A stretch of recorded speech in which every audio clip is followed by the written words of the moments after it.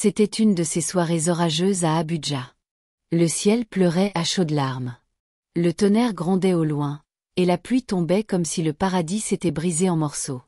La circulation avait ralenti, mais la Rolls-Royce d'Andrew avançait régulièrement, fendant le déluge avec ses phares éclatants. Il venait de quitter une réunion du conseil d'administration, une autre session longue et frustrante à propos de la mauvaise gestion de l'image publique de son entreprise après son deuxième divorce. Andrew était assis silencieusement au volant, sa main serrant le volant. Son esprit n'était pas sur la route. Cela faisait des mois qu'il n'y était plus. Il avait 40 ans maintenant, encore jeune, encore riche. Mais quelque chose en lui s'était brisé. Alors que la pluie tombait à verse, quelque chose d'inhabituel attira son regard. Une femme se tenait au bord de la route, trempée jusqu'aux os, son foulard gorgé d'eau collé à son front. Dans chacune de ses mains, elle tenait les petites mains de deux garçons identiques, pieds nus, froids, leur visage pâle et effrayé. Andrew écrasa la pédale de frein. Son cœur bondit. La femme lui semblait familière. Non, ce n'est pas possible. Il baissa la vitre, laissant le vent et la pluie s'engouffrer à l'intérieur. Sandra, appela-t-il, incertain si sa voix serait entendue par-dessus le tonnerre. La femme se figea. 1 seconde, 2 secondes. Puis elle tourna lentement la tête. C'était elle. Ses yeux se verrouillèrent aux siens. Ses yeux qu'il voyait autrefois derrière le comptoir de la serveuse. Ses yeux dans lesquels il avait plongé cette nuit-là. Mais maintenant, ils n'étaient plus les mêmes. Ils étaient fatigués, en colère, remplis de quelque chose qu'ils ne pouvaient expliquer. Sandra s'avança vers la voiture, les jumeaux serrés contre elle. Elle ne demanda même pas qui il était ou ce qu'il voulait. Elle dit simplement, d'une voix calme mais tranchante, « Merci d'avoir détruit ma vie. » Andrew cligna des yeux. « Quoi ?»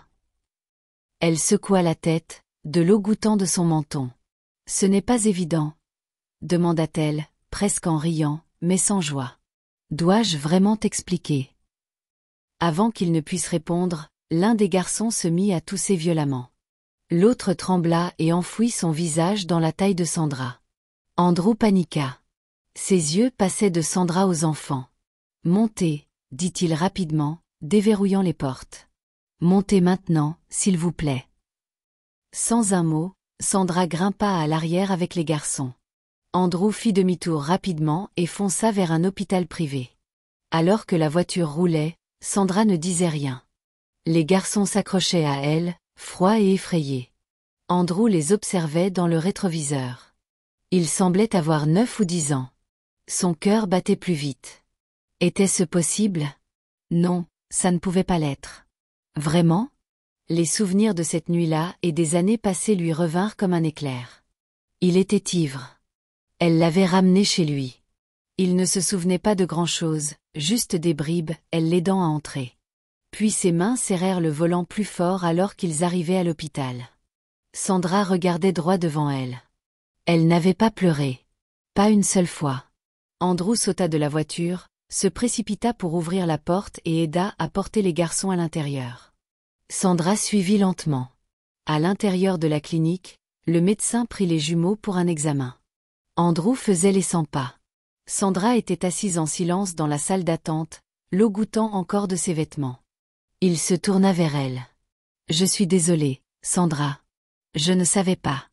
Je ne... » Elle leva la main. « Ne t'excuse pas juste parce que tu es confus. » Il la fixa. « Je t'ai cherché, » dit-elle, sa voix tremblante pour la première fois. « Mais tu étais parti, déménagé, à l'étranger.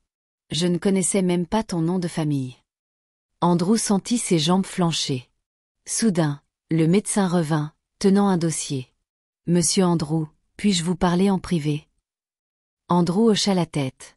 Dans le bureau du médecin, la vérité le frappa comme un train. « Ce sont vos enfants, monsieur Andrew, » dit le médecin. « Correspondance à 100%. » Les jambes d'Andrew cédèrent. Il ne s'assit pas, il s'effondra. Là, sur le sol carrelé blanc, il s'agenouilla, les mains sur le visage, les larmes coulant librement. « Mon Dieu !» murmura-t-il. « J'ai des enfants. » Le même homme à qui 2 épouses différentes avaient dit qu'il était la raison pour laquelle elle ne pouvait pas concevoir. Le même homme qui avait commencé à croire qu'il ne serait jamais père. Maintenant, 2 garçons, son sang. Andrew sortit de la pièce, toujours en pleurs. Sandra se leva en le voyant approcher. Andrew tomba à nouveau à genoux, cette fois devant elle. « Je suis tellement désolé, sanglota-t-il. Je ne savais pas.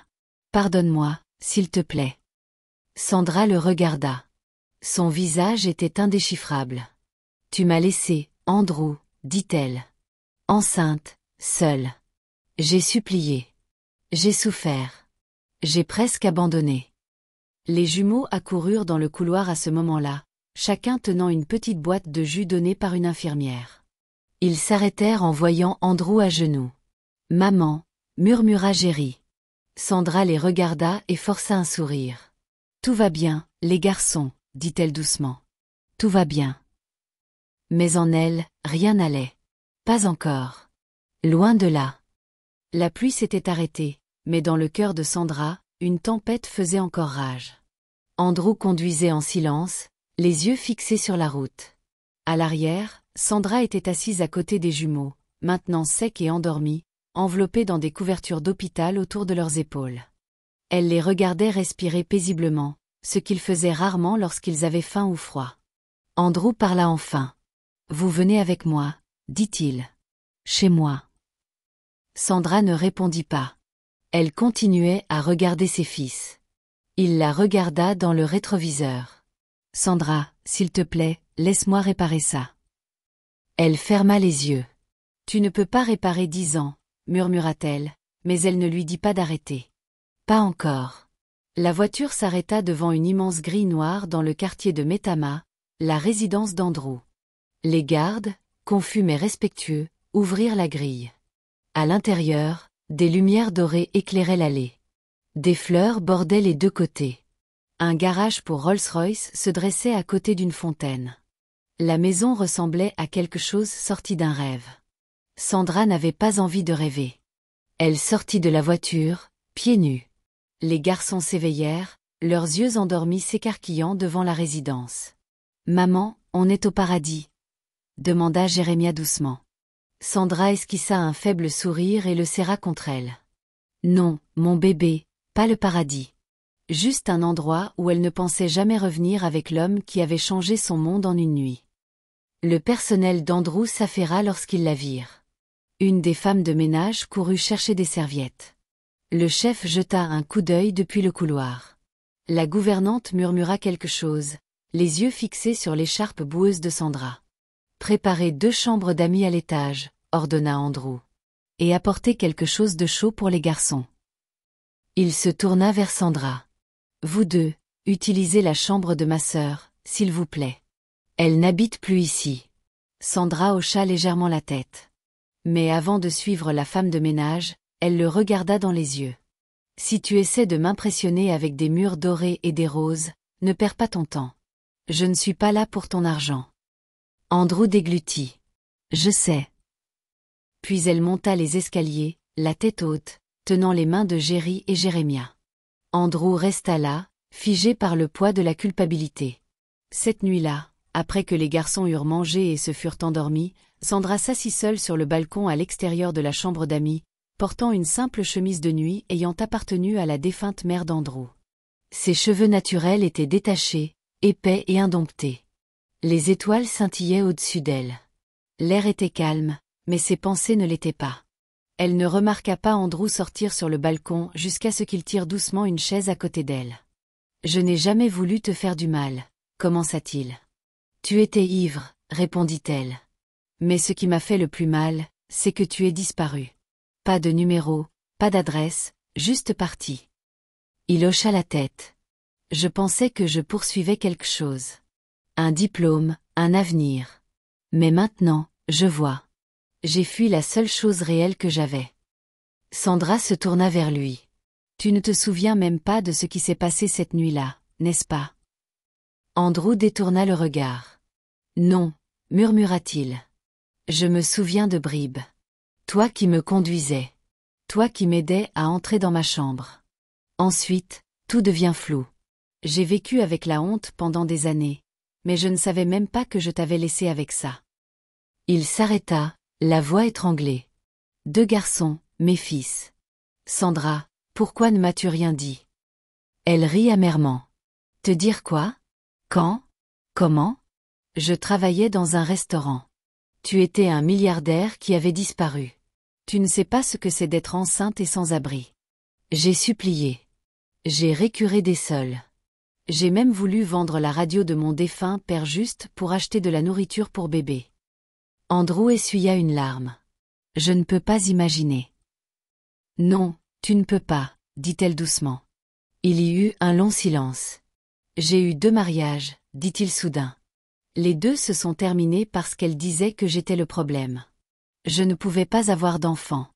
J'ai fait des tests. Les médecins disaient que j'étais normale, mais je les ai crus. Sandra le regarda brusquement. Tu pensais que tu étais maudit. Il hocha la tête. Mais maintenant, je sais que je n'ai jamais été le problème. Il leva les yeux vers elle, les yeux brillants. Ils sont ma bénédiction. Le lendemain matin, Sandra se tenait dans l'immense cuisine, aidant le cuisinier à préparer le petit déjeuner. Elle avait refusé de rester inactive. Jerry et Jérémia étaient assis sur le comptoir en marbre, riant du goût des œufs brouillés et des saucisses, des aliments dont ils n'avaient fait que rêver. Andrew entra et s'arrêta à la porte, le cœur attendri. Sandra, la fille qu'il avait abandonnée, se tenait maintenant dans sa maison, nourrissant leur fils. Après le petit déjeuner, il dit « On va au magasin. Vous et les garçons avez besoin de tout. De nouveaux vêtements, des livres, des chaussures. » Sandra leva les yeux. « Nous n'avons pas besoin de pitié. »« Ce n'est pas de la pitié. C'est moi qui suis père, » dit-il, la voix ferme. Elle l'étudia, puis hocha lentement la tête. Plus tard dans la journée, ils visitèrent le meilleur centre commercial de la ville. Sandra se tenait maladroitement dans la section des femmes, ne sachant quoi toucher ou essayer. Mais les jumeaux, eux, s'en donnaient à cœur joie, sautant des baskets au sac à dos en passant par les boîtes à lunch de super-héros. Andrew les regardait, riant, les larmes aux yeux. Cela ressemblait à une maison.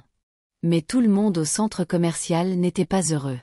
Une femme de l'autre côté de l'allée, tout en clinquant et bruyante, les observait avec des yeux perçants. C'était Stella, la 2e ex-femme d'Andrew. Elle s'approcha, un faux sourire peint sur les lèvres. Eh bien, Andrew fait du shopping avec une nouvelle famille. Andrew se raidit.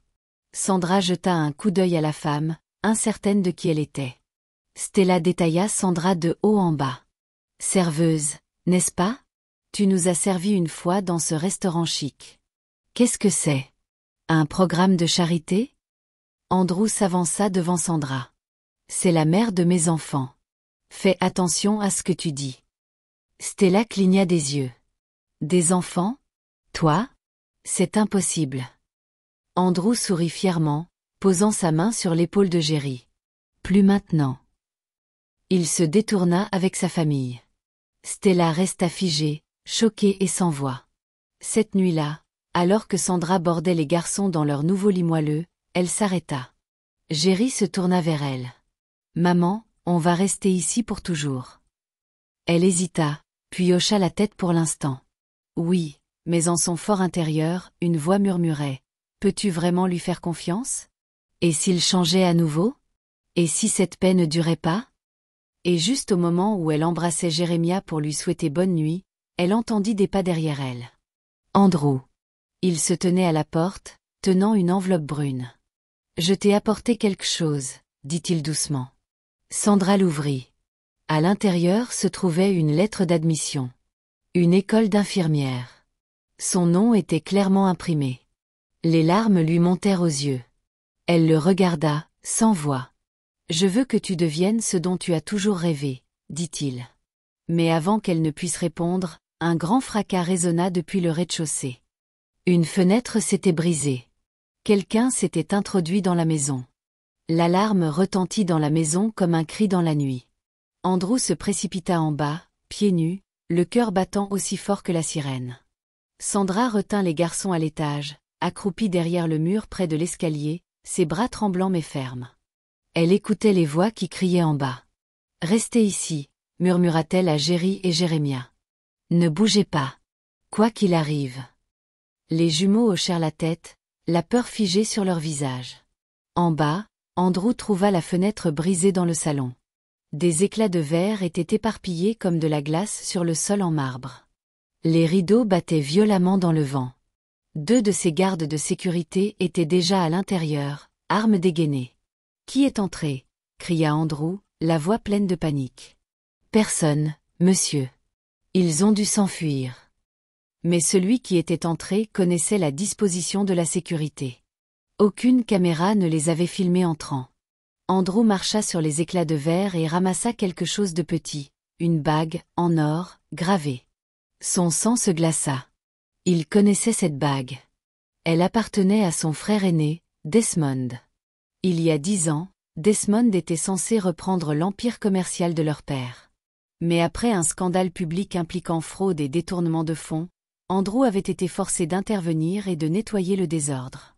Desmond avait disparu sans laisser de traces, et personne ne l'avait revu ou entendu jusqu'à maintenant. À l'étage, Sandra serrait ses fils contre elle, les berçant lentement. Andrew revint, essayant de calmer sa respiration. « Tout va bien, dit-il. Vous êtes en sécurité maintenant. Les gardes sont partout. » « Qui était-ce » demanda Sandra. Andrew hésita. Quelqu'un du passé. Sandra étudia son visage. « Il y a plus, n'est-ce pas ?» Il hocha lentement la tête, s'asseyant sur le banc du couloir. « Je pense que mon frère est de retour. Et si j'ai raison, il n'est pas là pour une réunion de famille. » Le lendemain, Andrew fit appel à un détective privé et renforça la sécurité de la maison. Pendant ce temps, Sandra, bien que secouée, ne se laissa pas arrêter. Elle commença les cours à l'école d'infirmière où Andrew l'avait inscrite. Elle étudiait la nuit après que les garçons étaient couchés, déterminée à rattraper son retard et à prouver qu'elle en était encore capable à 30 ans. Mais la maison ne resta pas paisible longtemps. Un après-midi, après les cours, Sandra rentra et trouva une des femmes de ménage en pleurs dans la cuisine. « Que s'est-il passé ?» demanda-t-elle. La femme de ménage bégaya. « Un homme est venu, il a dit qu'il était le cousin de monsieur Andrew. Il m'a menacé. Il m'a dit de lui donner des détails sur vos garçons. Il connaissait leur nom. Madame, il savait où ils dorment. » Sandra se figea. Ses jambes devinrent faibles. Elle attrapa son téléphone. Andrew répondit immédiatement. « Je suis en route. » Cette nuit-là, Sandra faisait les 100 pas dans la chambre des garçons pendant qu'ils dormaient. « Andrew, ce n'est plus sûr ici. Je pense qu'on devrait partir. Je ne laisserai personne vous faire du mal, à toi ou aux jumeaux, dit-il fermement. C'est votre maison maintenant, et je la protégerai. » Sandra le regarda. « Et si tu ne peux pas ?» Andrew soupira. « Alors je mourrai en essayant. » 3 jours plus tard, l'impensable se produisit. Sandra rentra de l'école pour trouver la maison vide. Pas de garde à la grille. Pas de femme de ménage à la porte. Les lumières à l'intérieur vacillaient comme si quelque chose avait perturbé l'électricité. Elle entra prudemment, le cœur battant. « Andrew » appela-t-elle. Pas de réponse. « Jerry. Jérémia. » Silence. Soudain, elle entendit un faible cri. Une voix d'enfant. À l'étage, elle courut plus vite qu'elle ne l'avait jamais fait. Elle atteignit la chambre des garçons et ouvrit la porte. Vide, mais la fenêtre était ouverte. Et sur le lit, il y avait une note. Ses mains tremblaient alors qu'elle la ramassait. « Si tu veux revoir tes enfants vivants, dis à Andrew de me donner ce qui est à moi. Il sait exactement ce que je veux dire. » Ses genoux cédèrent. Elle cria.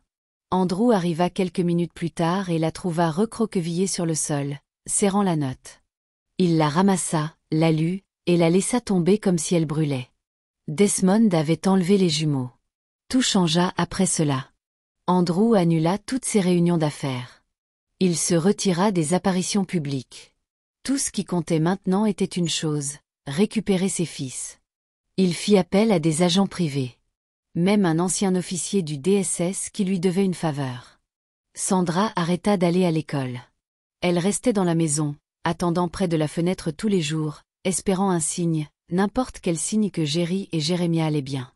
Puis une nuit, son téléphone sonna, un numéro qu'elle ne connaissait pas. Elle répondit, La voix tremblante. Allô?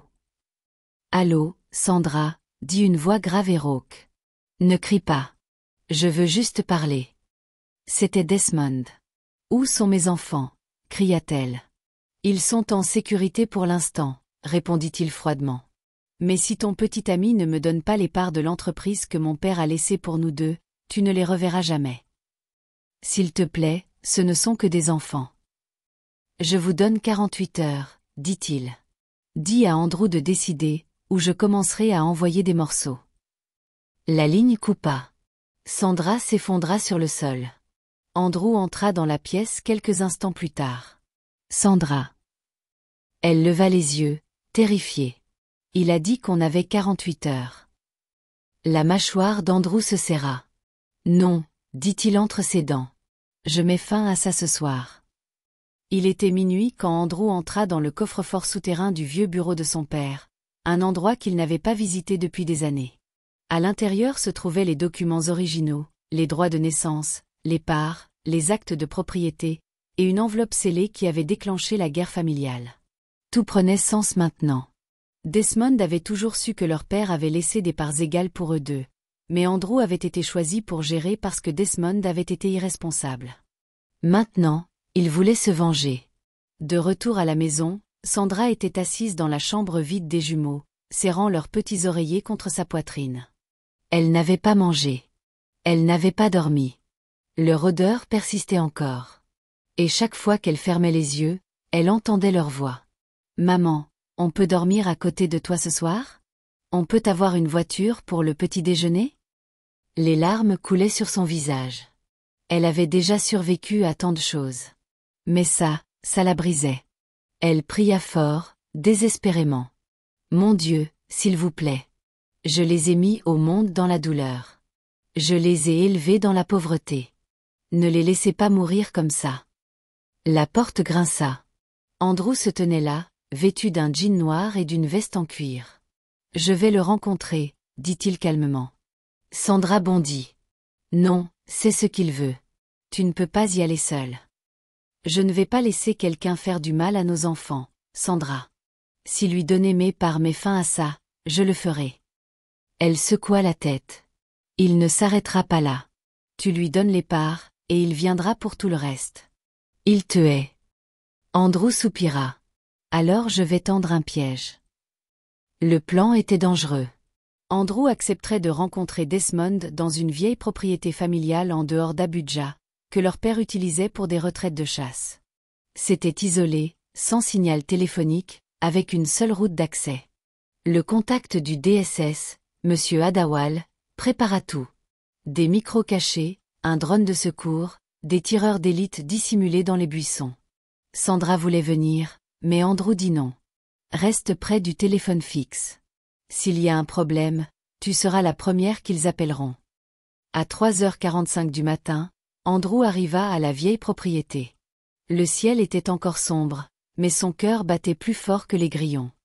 Desmond se tenait à l'entrée, vêtu d'un cafetan marron, tenant une canne, son visage plus vieux, plus mince, mais ses yeux toujours aussi cruels. « Alors, tu es enfin venu » ricana Desmond.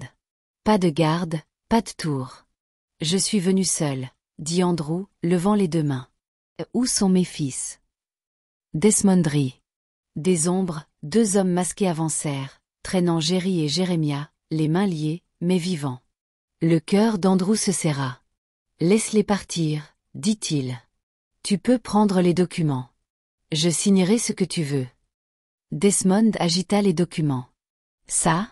Ce n'est que du papier. Je veux te voir tomber. Je veux te voir supplier. »« Je suis déjà à genoux, » dit Andrew, s'abaissant lentement.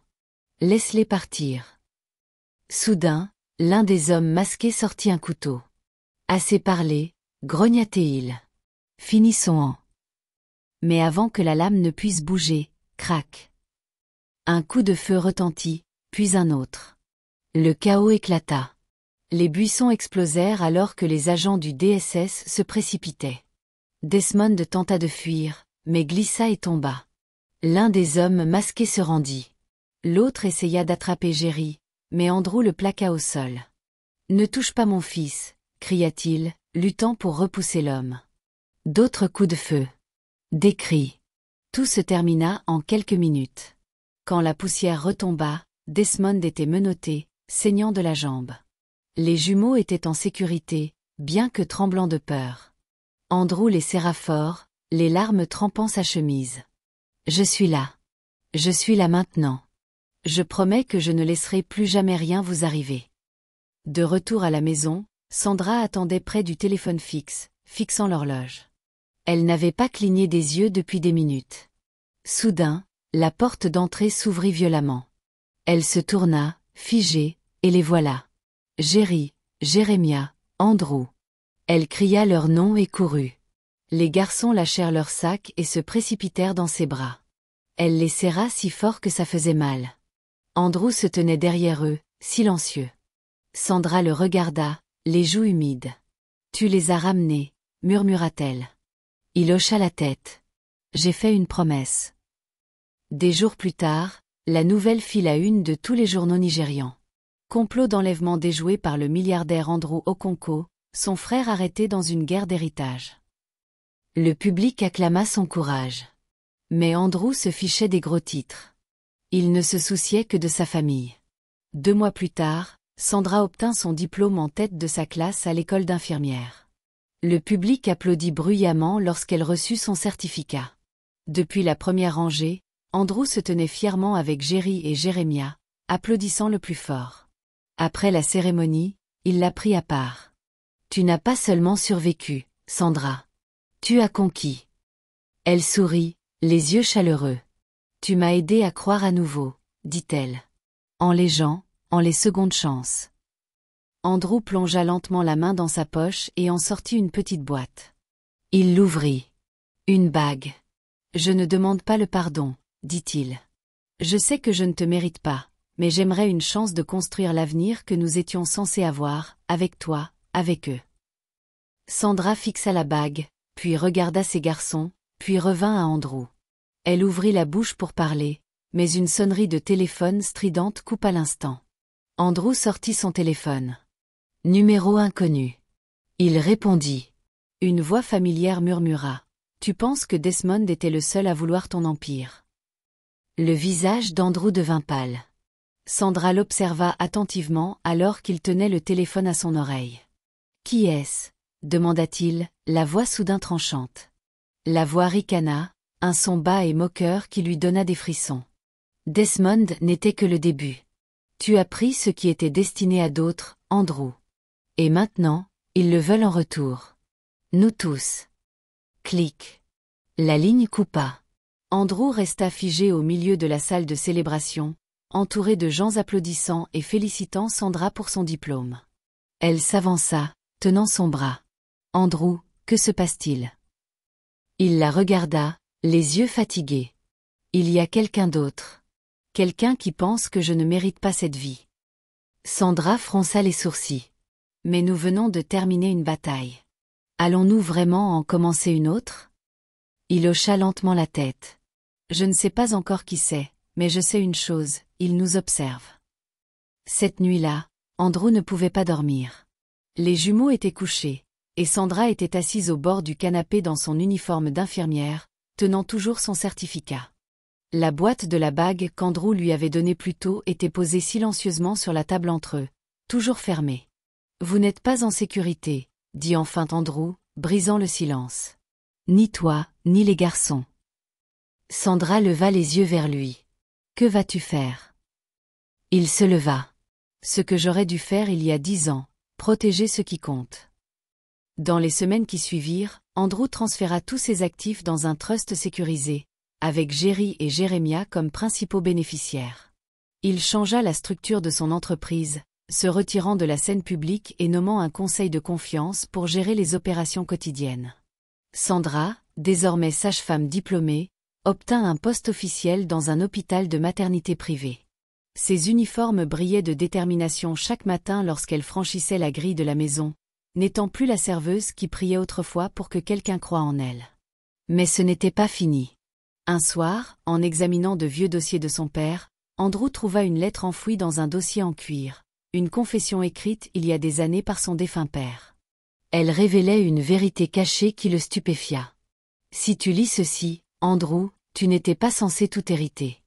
Il y avait un autre héritier. Un enfant né d'une erreur, quelqu'un que je n'ai jamais reconnu. J'ai aussi laissé quelque chose de caché pour eux. S'ils le découvrent, tu ne seras peut-être pas en sécurité. Andrew lut la lettre 3 fois.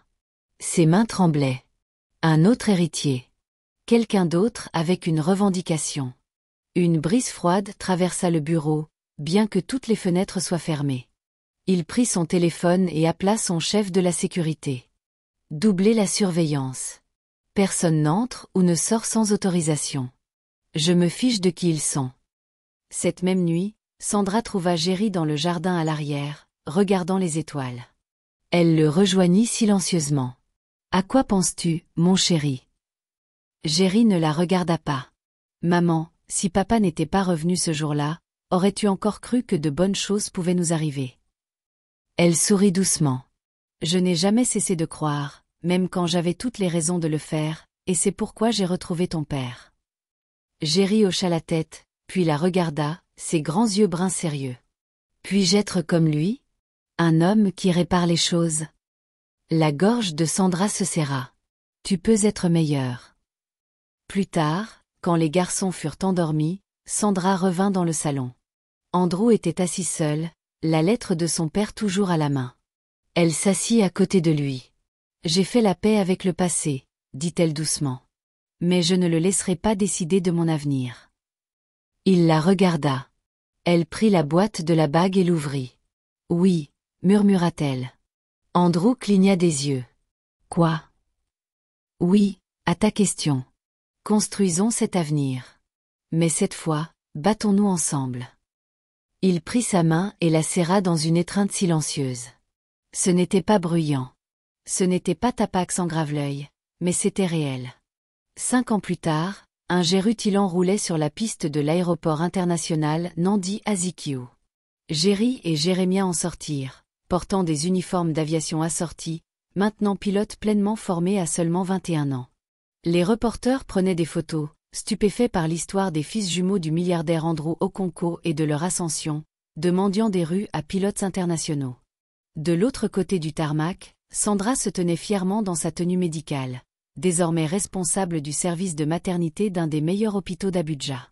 Andrew lui tenait la main, regardant leur fils de loin, la fierté débordant dans sa poitrine. Ils avaient survécu à la trahison, à la pauvreté, au chagrin d'amour et aux menaces, mais ils y étaient arrivés ensemble.